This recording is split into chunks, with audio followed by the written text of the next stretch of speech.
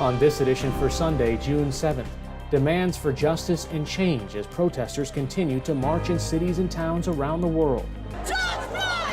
Those stories and more next on PBS NewsHour Weekend. PBS NewsHour Weekend is made possible by Bernard and Irene Schwartz, Sue and Edgar Wachenheim III, the Cheryl and Philip Milstein family, Rosalind P. Walter, Barbara Hope Zuckerberg, Charles Rosenblum. We try to live in the moment to not miss what's right in front of us. At Mutual of America, we believe taking care of tomorrow can help you make the most of today. Mutual of America Financial Group, retirement services and investments. Consumer Cellular offers no-contract wireless plans that are designed to help you do more of the things you enjoy. Whether you're a talker, texter, browser, photographer, or a bit of everything, our U.S.-based customer service team is here to find a plan that fits you. To learn more, go to consumercellular.tv. Additional support has been provided by the Corporation for Public Broadcasting, a private corporation funded by the American people, and by contributions to your PBS station from viewers like you. Thank you. Good evening and thanks for joining us. Mostly peaceful protests continued nationwide today, almost 2 weeks after George Floyd died as a Minneapolis police officer kneeled on his neck. Tens of thousands marched and rallied in the nation's capital and other cities throughout the weekend, demanding police reform and racial justice. On a street leading to the White House, a newly painted Black Lives Matter street mural is now visible in satellite photos. In Philadelphia, huge crowds peacefully filled the streets yesterday. Today, a curfew in that city was lifted. And after several nights of mostly peaceful protests, New York City Mayor Bill de Blasio lifted that city's curfew today, 1 day early. But there was some violence. In Seattle, police used flashbang devices and pepper spray to disperse protesters. And in Portland last night, police said demonstrators threw objects and pushed on a fence outside a justice center. In Minneapolis, protesters heckled Mayor Jacob Frey and chanted for him to, quote, go home when he would not pledge to defund the police department.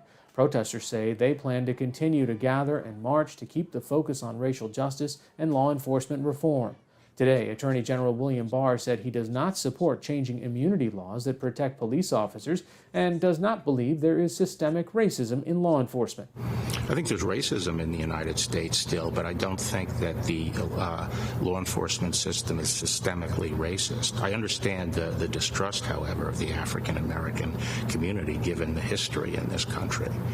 I think we have to recognize that for most of our history, our institutions were explicitly racist. Since the 1960s, I think we've been in a phase of reforming our institutions and making sure that they're in sync with our laws and aren't fighting a rearguard action to impose inequities. This afternoon, officials said 3,000 out-of-state National Guard troops sent to Washington, D.C. during recent protests are now returning home. And the Secretary of the Army said there are no longer active-duty military units on standby to enter the city. President Trump remained at the White House but had no public appearances today. After a service in North Carolina yesterday, George Floyd's body is now in Houston, where his funeral is planned for Tuesday. Today, former Vice President and presumed Democratic presidential nominee Joe Biden said he will travel to Houston to meet with Floyd's family tomorrow. Large crowds gathered again today in many parts of the world to protest the death of George Floyd and support the Black Lives Matter movement. In London today, thousands marched and gathered outside the U.S. Embassy to demand justice for Floyd. The protesters chanted "No justice, no peace" and held signs calling out racism in England. A similar, largely peaceful protest took place yesterday, but in the evening, violence erupted and about a dozen police officers were injured. In Rome today, protesters kneeled in silence with raised fists in solidarity with the demonstrations against racism. The gathering included thousands who wore masks while socially distancing. And in Asia, despite the official cancellation of a Black Lives Matter rally in Hong Kong due to coronavirus crowd restrictions, about a dozen protesters demonstrated outside the U.S. Embassy. While the focus of the world has shifted to protests against racism and police brutality, the global coronavirus pandemic has not gone away. Nearly 7 million people around the world have been infected with COVID-19, and more than 400,000 people have died from the disease. That includes about 110,000 people in the United States, according to Johns Hopkins researchers. New York City, which was the epicenter of the outbreak in the United States, will enter phase 1 of its reopening tomorrow. For the first time in nearly 3 months, non-essential construction will resume, and many non-essential retail stores will be able to reopen with curbside pickup.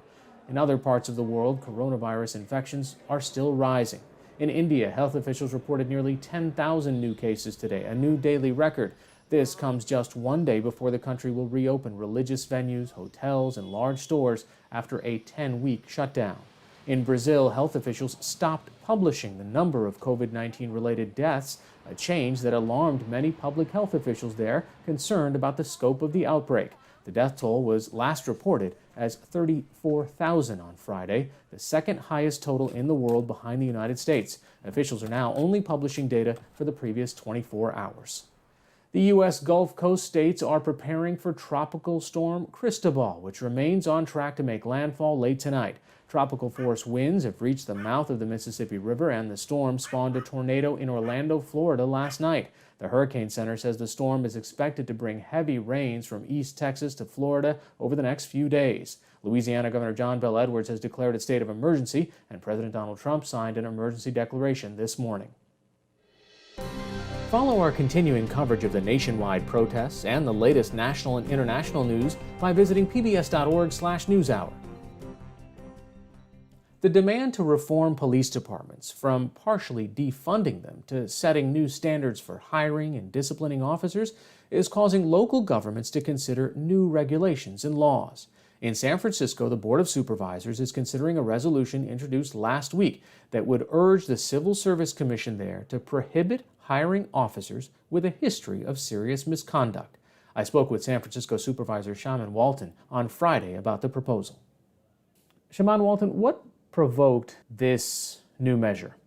Well, we're just tired of seeing unarmed Black men, unarmed people of color killed by law enforcement and there be no consequence. And so, one, obviously, there's some things that we have to do to address that issue, but also there are things we can do to be preventative.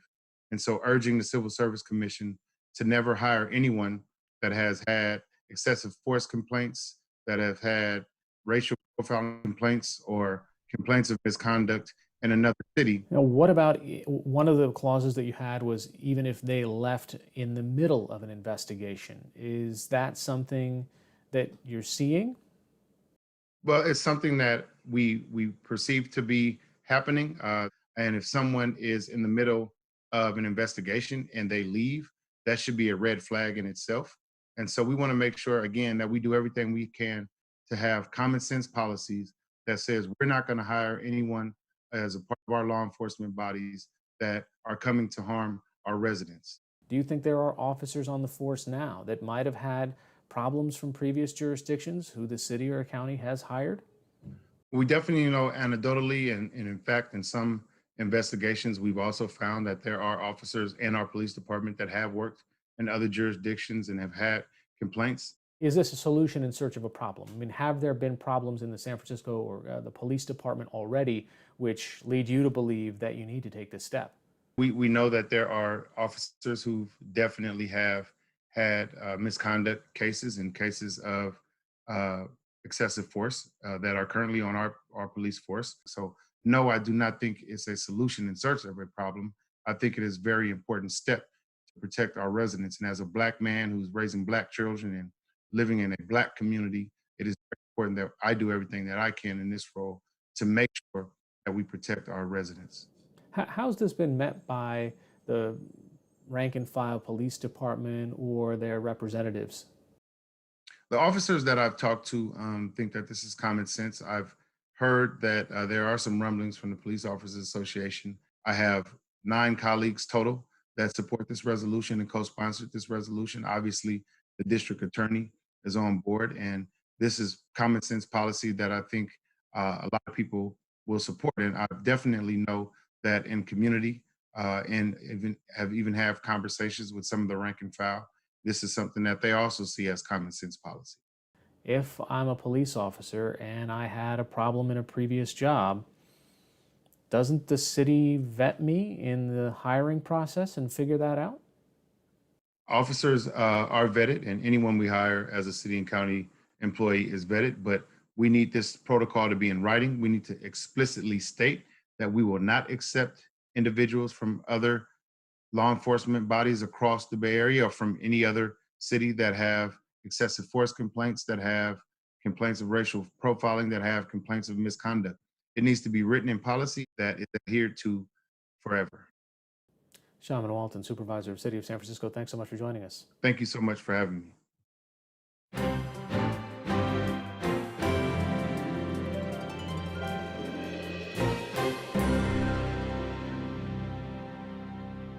The COVID 19 pandemic has forced many to find new ways to work remotely. Our partners at Southern California station KCET bring us this first-hand account from a priest in Santa Clarita who put his passion for technology to work for his parishioners. The story is part of their series, SoCal Connected.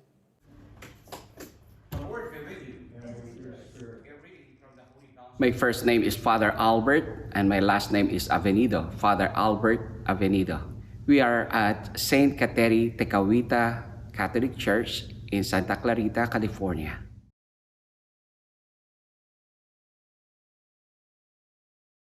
So from day one, we were already able to do a live stream. So it is truly a different situation because now we have to be here at least an hour before to ensure the sound is okay. This HDMI cable goes to Sling Studio, and that is the sound. Once you're live, you're live. There's no editing there. So we always try to do our best. And again, I'm enjoying it. Everything is grace. Yeah, everything is grace. This is one of the graces of COVID-19 for me, to again have time with technology, with setting up all this, is to really have a one-on-one conversation with the shepherd. To the point that I went to a sheepfold. It was March 27 when I received a request to do a funeral service, and then the bottom line was that I was told that I will be the only person at that service. So it was kind of a difficult situation, and even after I came back to the rectory, I've been thinking of that. How many more families, how many more people will have this kind of experience? And the last time that they see their loved one was in the hospital, because the next time it's already in an urn, it's already cremated. That's hard. That's very hard. Saint Kateri Tecawita lost her family when she was very young because of a pandemic, like a chicken pox at the time. She herself experienced what we have been experiencing right now. One of the things that I realized over here is truly the value of family. The value of family. Your love for one another in your family, that probably during those normal time, we always take that for granted. So that's what I'm praying for, that when we go back again to the normal, I do not know what would that be really. I hope the new normal would be work and family.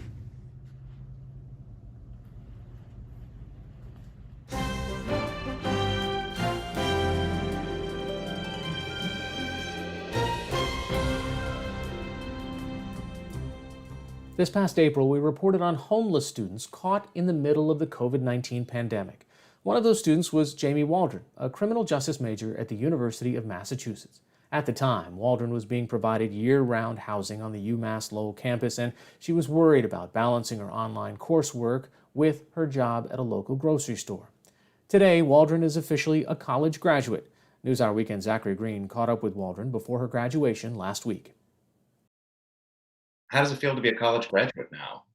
It's like kind of scary because I'm not ready to be an adult yet, but it feels really good though too, knowing that I can go and get a full-time job and have like the credentials to get a full-time job in the field that I studied, versus just working part-time jobs and still attending school. How do your job prospects look now? Are you worried about pursuing a career when so many people are out of work and so many people aren't hiring right now?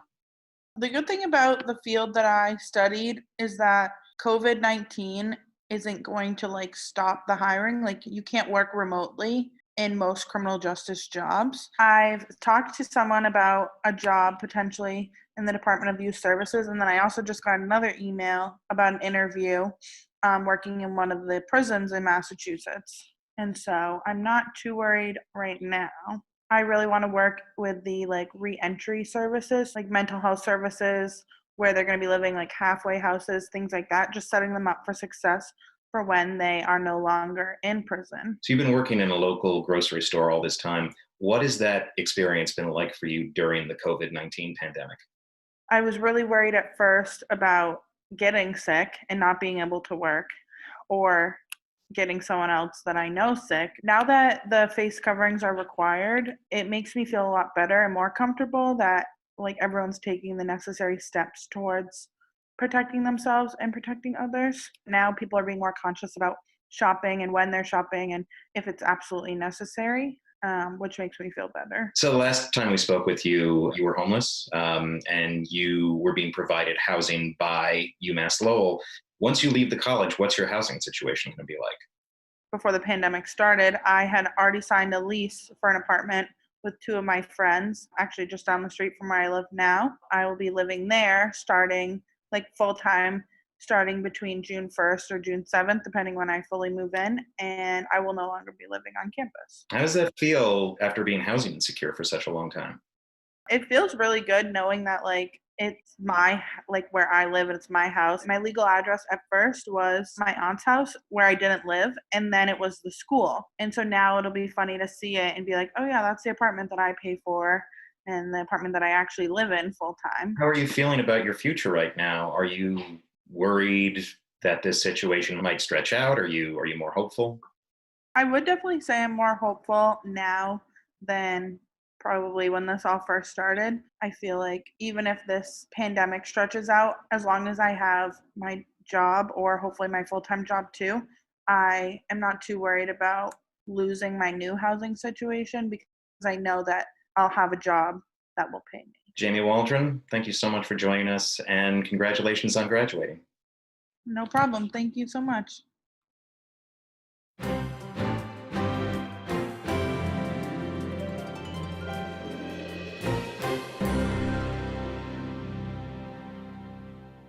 The coronavirus pandemic has left little room for us to take note of the things we commemorate and remember. Last month marked the 50th anniversary of the release of the very last Beatles album, Let It Be. For millions of listeners, this album was the end of one of the most transformative periods in music. But as NewsHour Weekend's Christopher Booker learned, it has particular resonance for photographer Ethan Russell. It was on his second assignment that American photographer Ethan Russell found himself watching John Lennon listen to the White Album for the very first time. The 22-year-old had arrived in London just a few months before. The plan was to be a writer, but he had brought a camera with him. Russell was untrained, but a fledgling Rolling Stone magazine from his hometown in San Francisco needed some photographs. His first assignment, Mick Jagger. The second, John Lennon. I was really nervous for that one, because it was a Beatle, because it was John Lennon. But then once a camera goes up in front of my eye, the nerves go away. Lennon liked the image Russell captured that day, so much so that later he invited him to photograph him and Yoko Ono in the hospital, shortly after Ono had miscarried. I think the secret was they could see themselves in my photographs. And I think that it was easier for them to recognize themselves in the picture, recognize what they were doing. Here I am, they're musicians, they're making music. And when you see them through my lens, it looks like that because I don't change stuff. While luck may have played a role in how the untrained photographer got his start, Russell's ability took control from there. He would go on to capture some of the most iconic moments in music during the end of one of the 20th century's most influential periods. It was very much the John Lennon life is what happens while you're making other plans. I didn't think about being a photographer. I just did what was in front of me. In 1968, he was hired by the Rolling Stones to photograph their rock and roll circus tour. The year after, the cover for their album Through the Past Darkly. And later, their Let It Bleed tour, which ended infamously in Altamont, California. Woven in would be stints with the Beatles, the band's last public performance, the band's last album cover, followed by the band's very last photograph together as a group. That was supposed to be a studio shoot for which I was preparing the whole week, right? And then the night before I got, oh no, we're not going to do that. We're going to go down to John's house. But they were kind of miserable. If I shot 8 rolls, if that, 6 rolls, I don't think George looked happy in one photograph. Did you have a sense that you were capturing all these last moments? The last performance, the last photo shoot, the last album cover? No. There's something about the Beatles breaking up which was fundamentally unthinkable, because of who they were. After the Beatles, Russell began working with The Who. A chance drive with the band outside of London, past some strange objects, and Russell asking Pete Townsend to pull over, resulted in one of rock's most famous album covers. I noticed out of the corner of my eye these shapes. I have no idea what it is. We go up to it, I have no idea what it is. And then I look up and Pete's pissing on it. And I thought, that's good. And so I didn't shoot a lot of it because I thought it was too outrageous. And then, we get in the car shortly thereafter and going down, and then 10 minutes down the road, I think, I hope I got it, He had gotten it, and the cover of Who's Next was done. After came the photos for the book that accompanied their next album, Quadrophenia. This work earned Russell a Grammy nomination. For the first time, Russell has collected his photographic work into a single retrospective. The book is, in Russell's words, a collection of the pictures he likes. Among his favorites, that very first photo of John Lennon. Why do you think that photograph has had such resonance for you? Intimacy.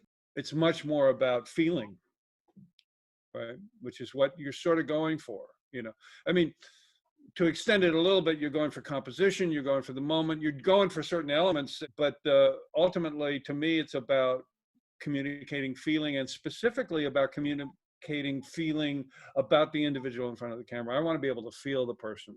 You can really feel them, can't you?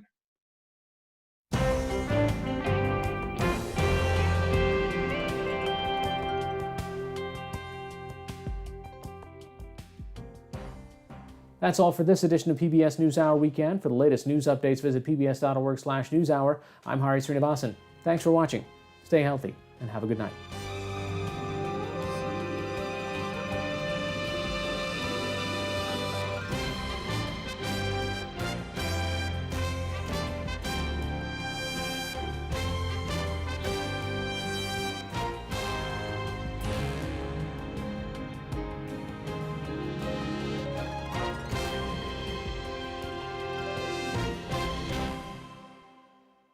PBS NewsHour Weekend is made possible by Bernard and Irene Schwartz, Sue and Edgar Wachenheim III, the Cheryl and Philip Milstein family, Rosalind P. Walter, Barbara Hope Zuckerberg, Charles Rosenblum. We try to live in the moment to not miss what's right in front of us. At Mutual of America, we believe taking care of tomorrow can help you make the most of today. Mutual of America Financial Group, retirement services and investments. Additional support has been provided by the Corporation for Public Broadcasting, a private corporation funded by the American people, and by contributions to your PBS station from viewers like you. Thank you.